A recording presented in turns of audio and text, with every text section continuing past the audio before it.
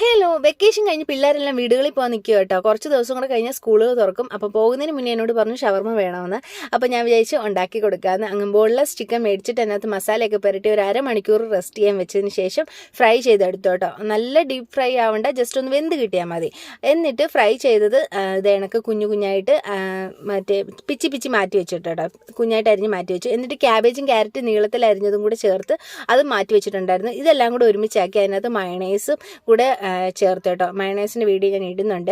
അതിനകത്തേക്ക് നമ്മുടെ ടൊമാറ്റോ കെച്ചപ്പും കൂടെ ചേർത്തിട്ട് നല്ലതുപോലെ മിക്സ് ചെയ്ത് മാറ്റുന്നുണ്ട്. എന്നിട്ട് ഷവർമ്മയ്ക്ക് വേണ്ടിയിട്ടുള്ള റൊമാനിയ റൊട്ടി മേടിക്കാൻ കിട്ടിയിട്ടുണ്ടായിരുന്നു. അപ്പോൾ അത് മേടിച്ചിട്ട് അതിനകത്തേക്ക് മയണൈസ് എല്ലാം പുരട്ടിയിട്ട് അതിനകത്തേക്ക് നമ്മുടെ ചിക്കൻ്റെ ബാറ്ററും കൂടെ വെച്ചിട്ട് നമ്മൾ ഷവർമ്മയ്ക്ക് മടക്കുന്ന കണക്ക് മടക്കി ഇതണക്ക് ചുരുട്ടി വെച്ചിട്ട് അതിനകത്തേക്ക് ബട്ടർ പേപ്പറും കൂടെ വെച്ച് ചുരുട്ടി നമ്മൾ കടയിൽ നിന്നൊക്കെ മേടിക്കാൻ കിട്ടത്തില്ല, അതേപോലെ ചുരുട്ടി എടുത്ത് വെച്ച് കേട്ടോ. ഒരു ഒറിജിനാലിറ്റി ഫീൽ ചെയ്യണമല്ലോ. അങ്ങനെ എല്ലാവർക്കും കൂടെ കൊടുത്ത് എല്ലാവരും കഴിച്ചു കേട്ടോ. അപ്പോൾ ഇന്നത്തെ വീഡിയോ ഇത്ര. Tata, bye bye.